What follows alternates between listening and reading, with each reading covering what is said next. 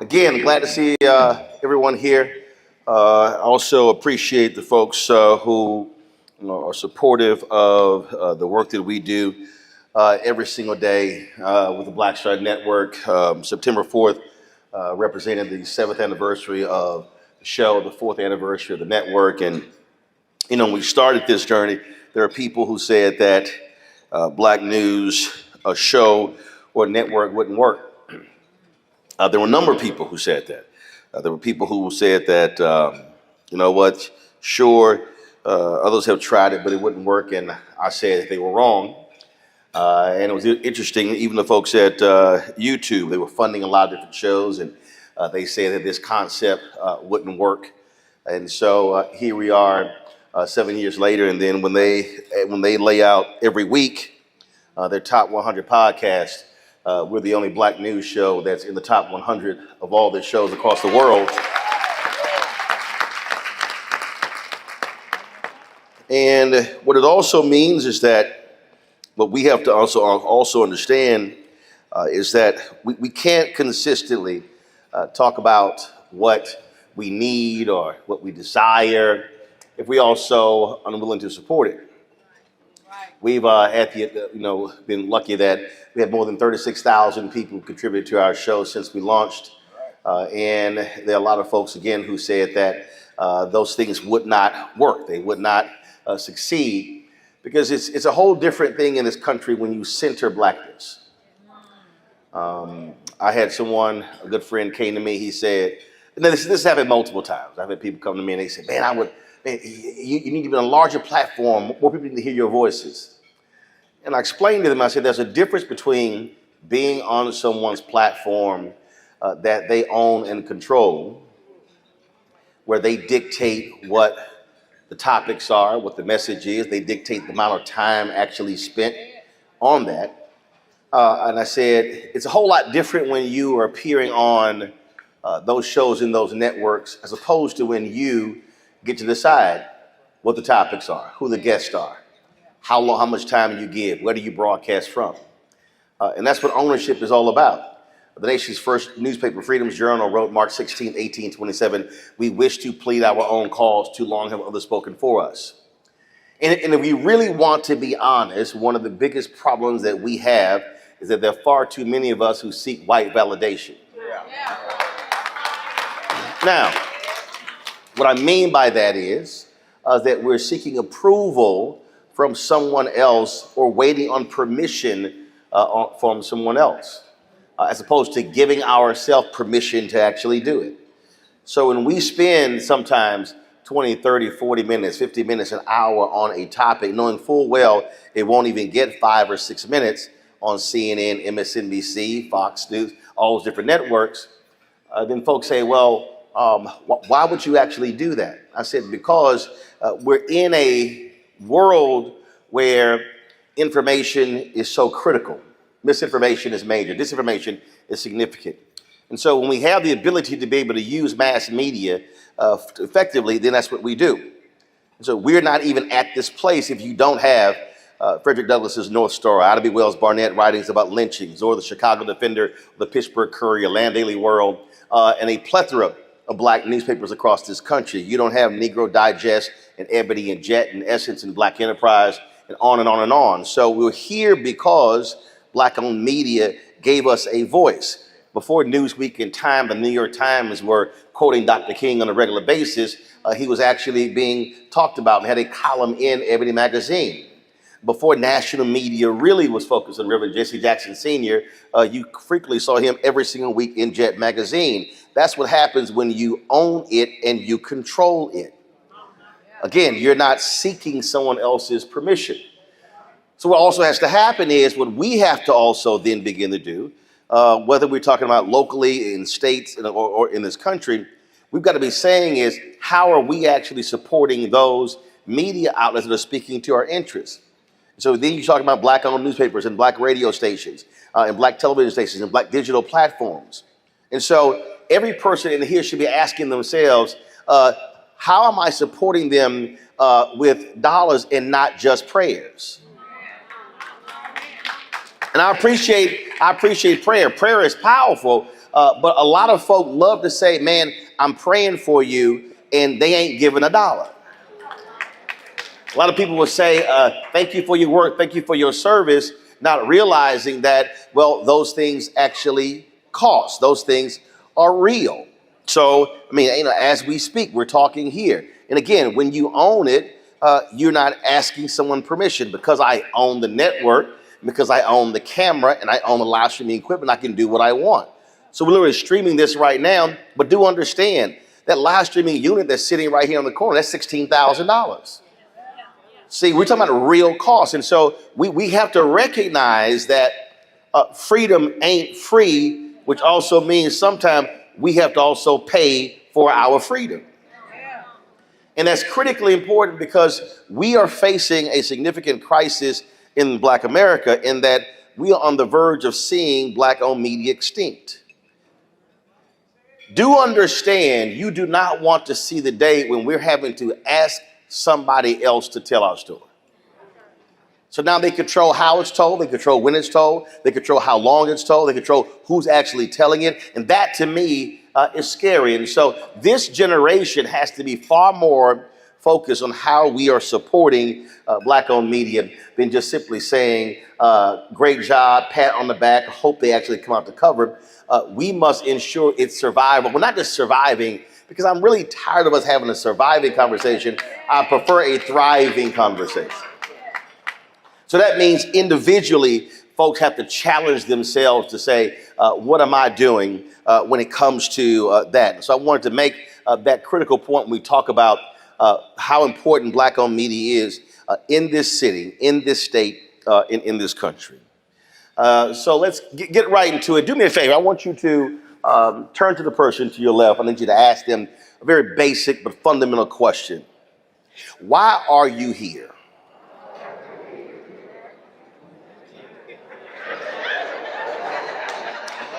Then I wanted you to turn to the person to your right. I want you to ask them the question, I really want to know, why are you here?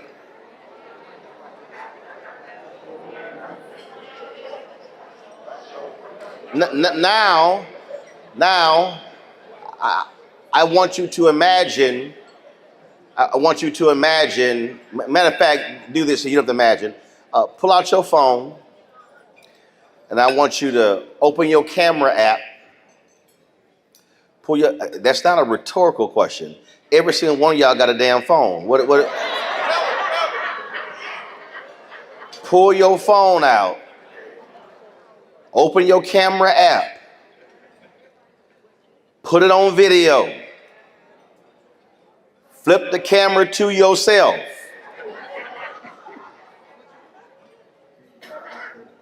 And now I want you to hit record. And now you need to ask yourself, why am I at the NAACP Louisiana State Conference Freedom Fund Gala? Now you can hit stop.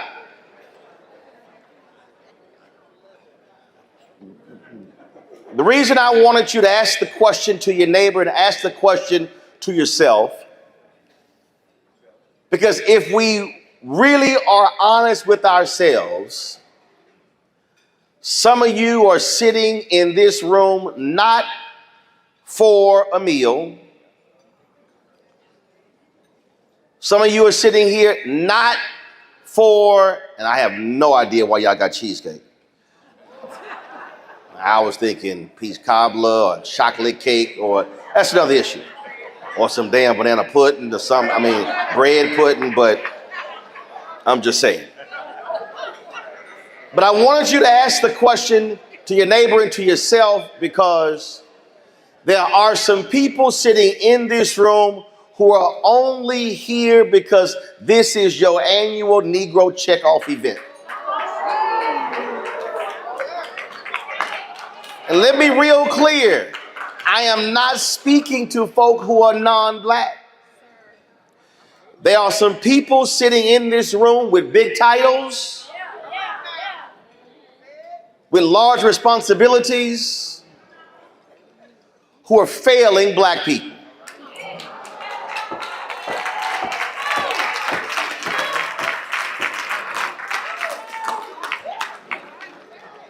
There are some folk who are sitting in this room who claim to love our people, who are in their positions because of our people. But when you check the record, they have done little for our people.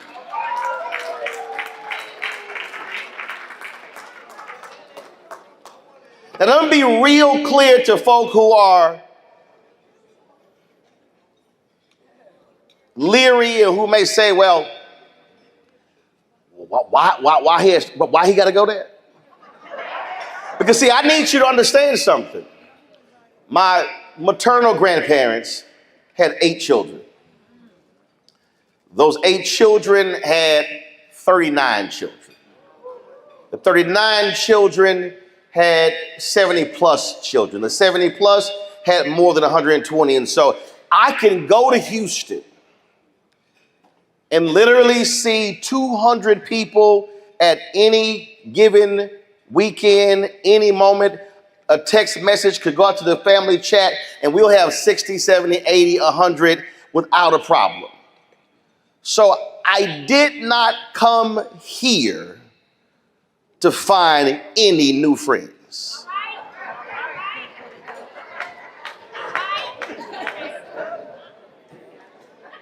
I have no personal debt. I have no business debt. I owe nobody. So I'm not here hoping somebody can do me a favor. Now, I'm saying that for a reason because, and let me be perfectly clear, I'm a life member of the National Association of Black Journalists. I'm a life member of Alpha Fraternity Incorporated, the only real fraternity. The rest are youth groups.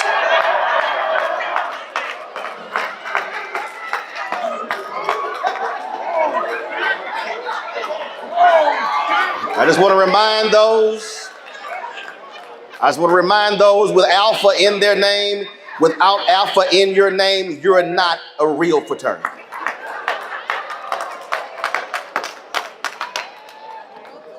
So it's never wise to open your mouth before the speaker speaks, right?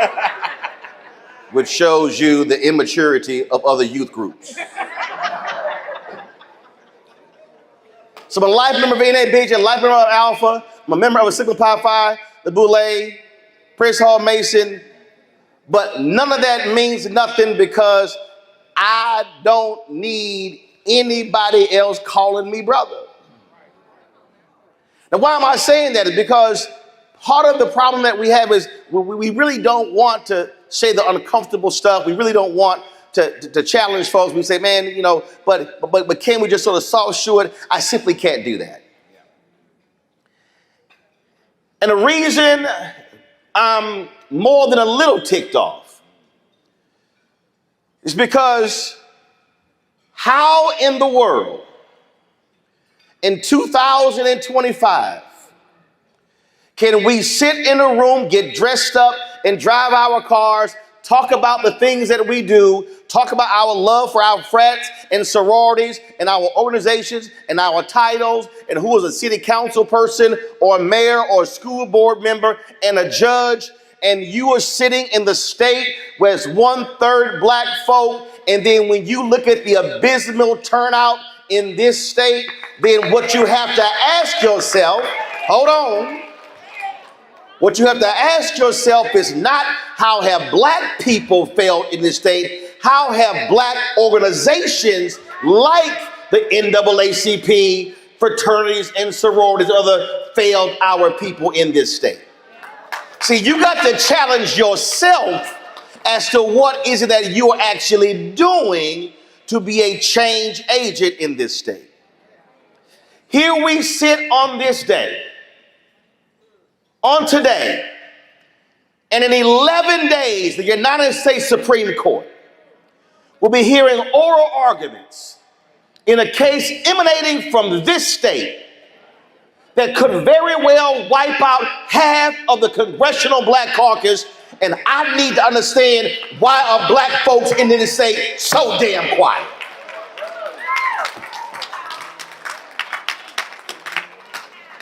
Let me say it again. The callous case could wipe out half of the entire Congressional Black Caucus, which is the largest caucus of the Democratic Party, 62 members. 61 right now because my alpha brother Sylvester Turner passed away. At 62, how can folk in this state be this quiet when there is a wholesale assault on Black America, something that we have not seen in more than 60 plus years? You have a massive effort to defund every aspect of Black America.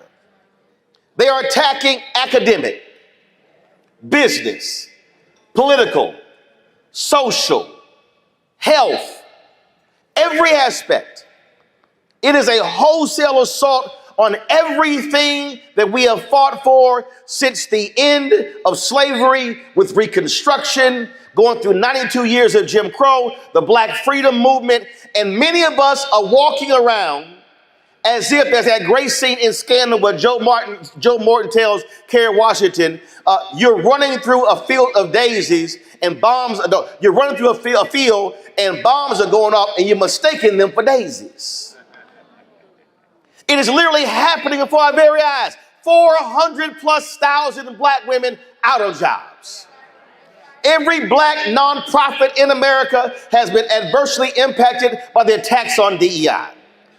Law firms, medical field, billions in grants wiped out. The downflow is enormous. You've got this twice impeached, criminally convicted felon in chief sitting there who wants to wipe out the federal disadvantaged business enterprise program. That's $37 billion program. Last year on the Biden-Harris, $10 billion in federal contracts came to Black businesses, less than 2%, but a record $10 billion. They want to wipe that out. Just this week, they told Atlanta they were taking $37 million from the airport because of DEI. They're withholding $2 billion in infrastructure dollars to Chicago because he's pissed off. They're withholding $18 billion from New York City in infrastructure, and New York City has the largest group of Black folks in America. There is an attack on everything Black, to the point that they're even saying you can't even say Black. I spoke at the Black Women's Expo and sponsors literally said, can you take Black off the name? You got companies that are saying, hey, we can't sponsor your events because we do business with the FCC and they're looking at every single event that we sponsor. You've got Brendan Carr, the chair of the Federal Communications Commission, telling companies, I'm not going to approve your acquisition unless you get rid of DEI, unless you get rid of these programs. This stuff is happening right now, all in the last 9 months. And we've got more folk who spend more time learning the goddamn line dance as opposed to what is happening to our people.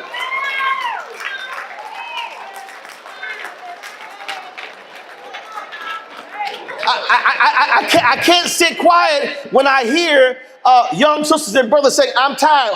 How in the hell can you be tired when you literally ain't done a damn thing to break a sweat? See again, I'm not interested. I'm not interested in folks sitting here saying, yeah, but I mean, it's not that bad.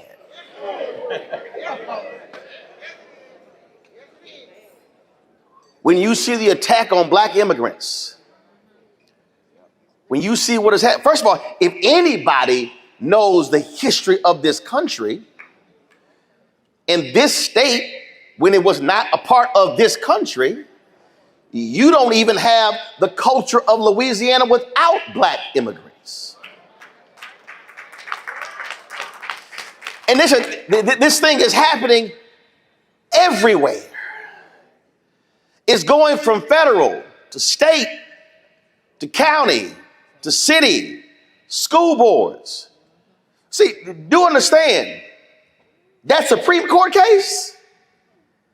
If this hardcore Supreme Court invalidates the use of race in gerrymandering, you're not just going to see half of the black caucus wiped out. You're going to see state reps wiped out, state senators wiped out, county commissioners wiped out. You're going to see city council members wiped out. The entire infrastructure of single member districts, which was hard fought. All of that. Now understand, those positions get wiped out. Who now determines the budget? Who now determines the contracts? Who now determines who gets hired?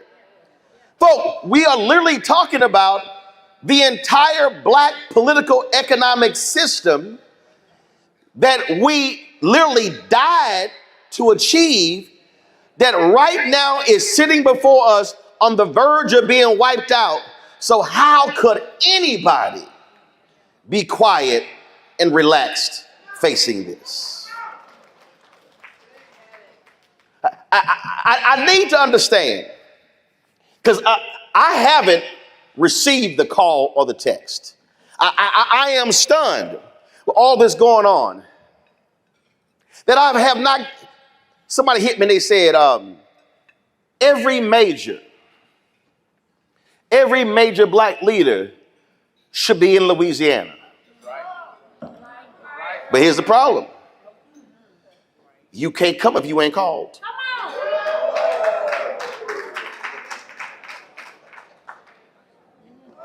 And if you ain't been called, that means there's nothing to be called to. See, I'm talking about, we talk about organizing and mobilizing. We talking about how do we actually do this? We talk about how do we actually begin to move and mobilize people. I said it. How in the world could there have been an election for governor in this state, somebody black running, and then black folk don't turn out? And then you have an infrastructure of the Louisiana Democratic Party who didn't do a damn thing to properly mobilize and organize black people. And there are some black people sitting on the committee who are still there. What have they actually done? See, I understand, I ain't got a problem firing people. I have no problem moving folk out, because if you're not doing anything to actually advance the good, you got to go.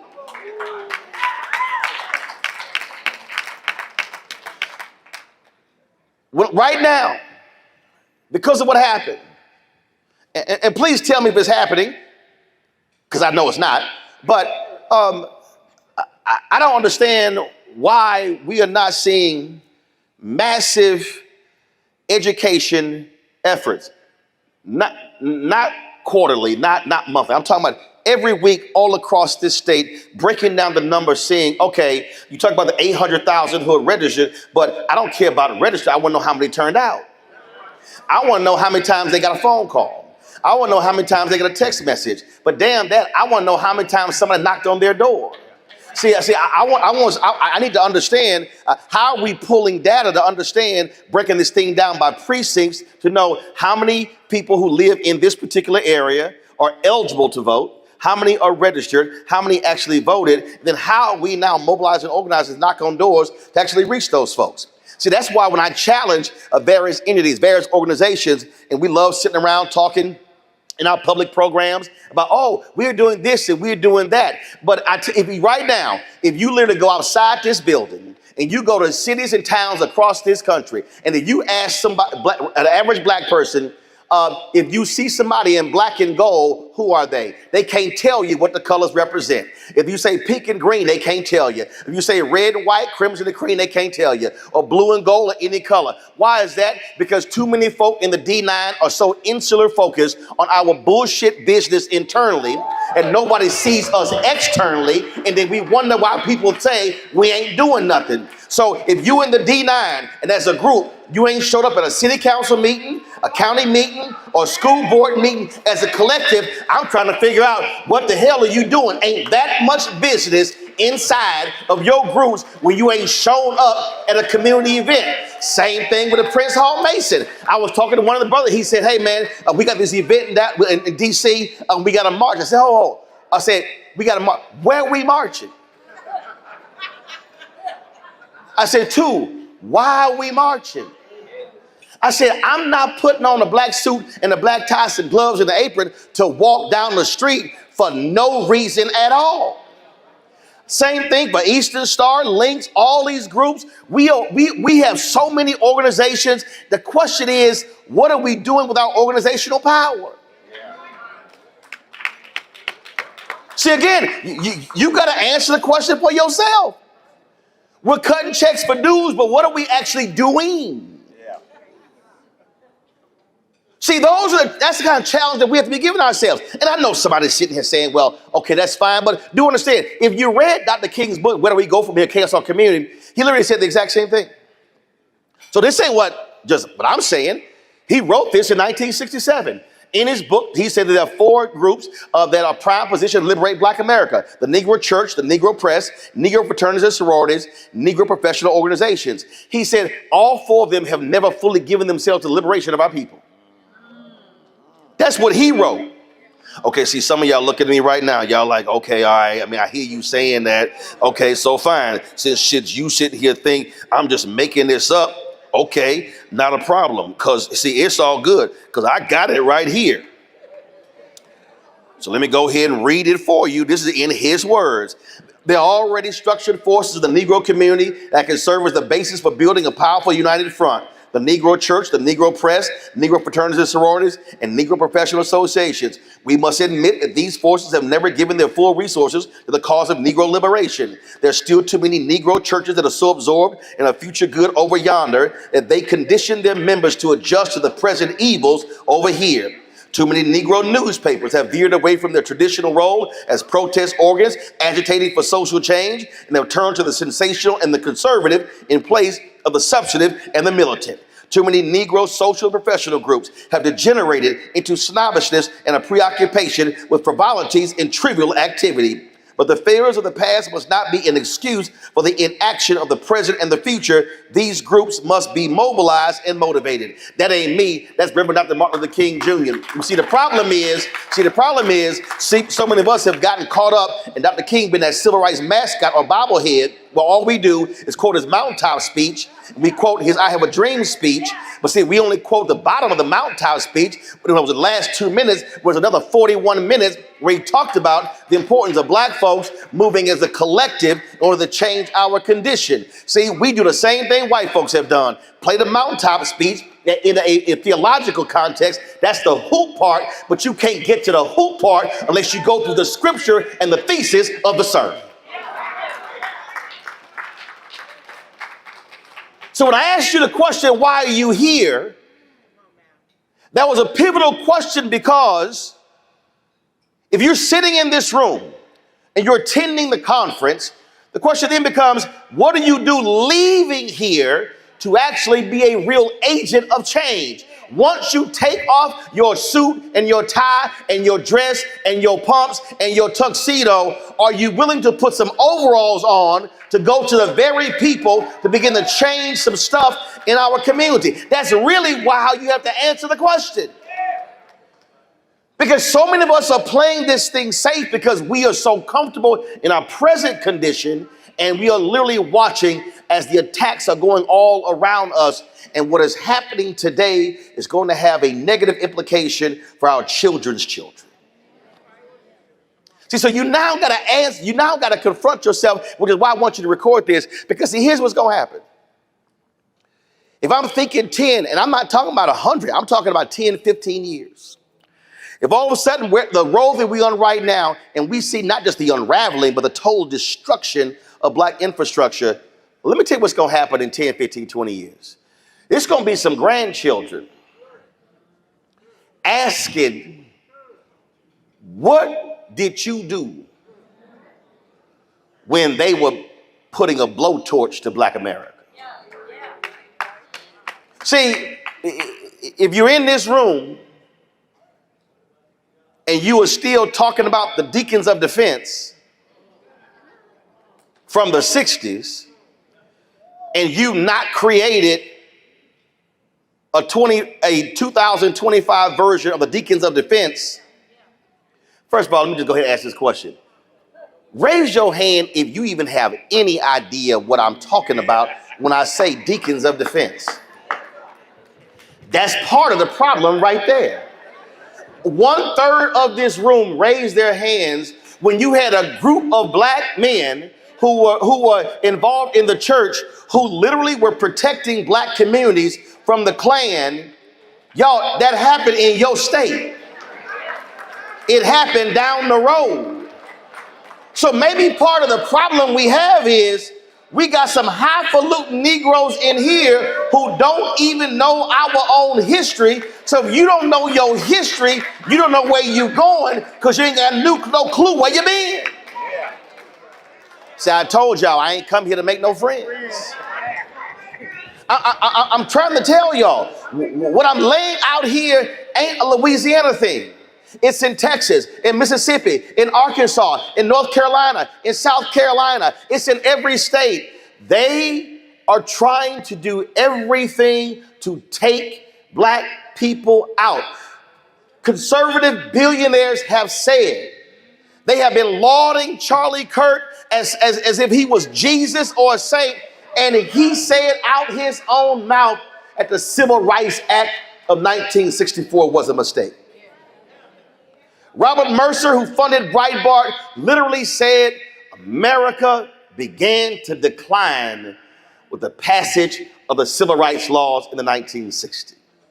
You see, now you got to say, well, I don't understand. Why are they so bothered because of the Civil Rights Act of 64, the Voting Rights Act of 65, and the Fair Housing Act of 1968? Because see, what you have to understand is that the work of black people has freed America. If you're a woman, especially a white woman, and you are a doctor, a lawyer, a dentist, a teacher, an architect, an engineer, you are there because of Title IX, 1972. Now, you ask the average person, well, first of all, Title IX was not about sports. Title IX was about going after the graduate programs that were denying women an opportunity to get graduate degrees. And it said that if you're receiving federal research dollars, you cannot discriminate. Because of Title IX, an explosion of women began moving to corporate fields. But see, when you ask those same women, especially white women, well, can you tell me where Title IX come from? They can't tell you. They just say Title IX. Well, Title IX comes from the 1964 Civil Rights Act. Yeah. If you are disabled and you now appreciate the American with Disabilities Act and now how it has changed ramps and hotel rooms and everything, you got to thank black people. Because the American with Disabilities Act is a result of the 1964 Civil Rights Act. See, if you are Vietnamese or Korean or Chinese in Louisiana and you get to vote in your native language, you got to thank black people. Because you can't vote in your native language without the 1965 Voting Rights Act. And then when you begin to look at how you can now live in different places all around, you got to thank black people. Because that's the 1968 Fair Housing Act. If you sitting in this room right now and you gay, and you are so happy because you can call a woman your wife, a man your husband, you got to thank black people. Because without one of the Reconstruction Amendments, the 14th Amendment, Equal Protection Clause, that's one of the Reconstruction Amendments, 13th, 14th, 15th, you got to thank black people. What I'm saying is nearly every civil right in this country that people are enjoying are a result of the bloodshed of black folk changing the very laws to actually get it done. Nobody has benefited more from affirmative action than white women. They should thank black people, because were it not for affirmative action, those things would not be happening. All I'm trying to say is that they are targeting everything that we have fought and died for. And at some point, folk today got to be willing not just to fight for that, to reclaim that, but say, no, we're going to take more territory. We got more stuff to do. This is a moment where this generation has to stand up and wake up and get involved and get activated and not be silent and not be complacent and not be complicit. You've got to make a decision. What am I prepared to do? So if you came to this conference for a dinner and a speech, you failed yourself. If you came here and did not recommit yourself to the fight, then all you did is waste your time. This is a moment where real black folks have got to stand up, stand out, fight like hell, and challenge everybody who wants to take us out. So you got to make a decision today. Are you willing to get in this game? Are you willing to fund it? Are you willing to organize, to break a sweat? And then you must do as my frat brother Burton Woodson Taney told him, we're going to fight until hell freezes over. Then we will fight on the ice.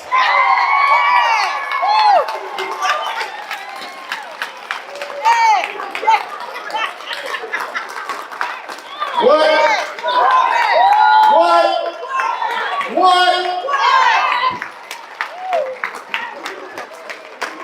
Yeah, they got the brother started. So now I think I can get started. Now, remember I told y'all earlier, we start this thing off with, what are you willing to fight for? Because there's a difference when you're a free man. Yeah, it is. Because see, when you're free, you don't owe your oppressor a damn thing.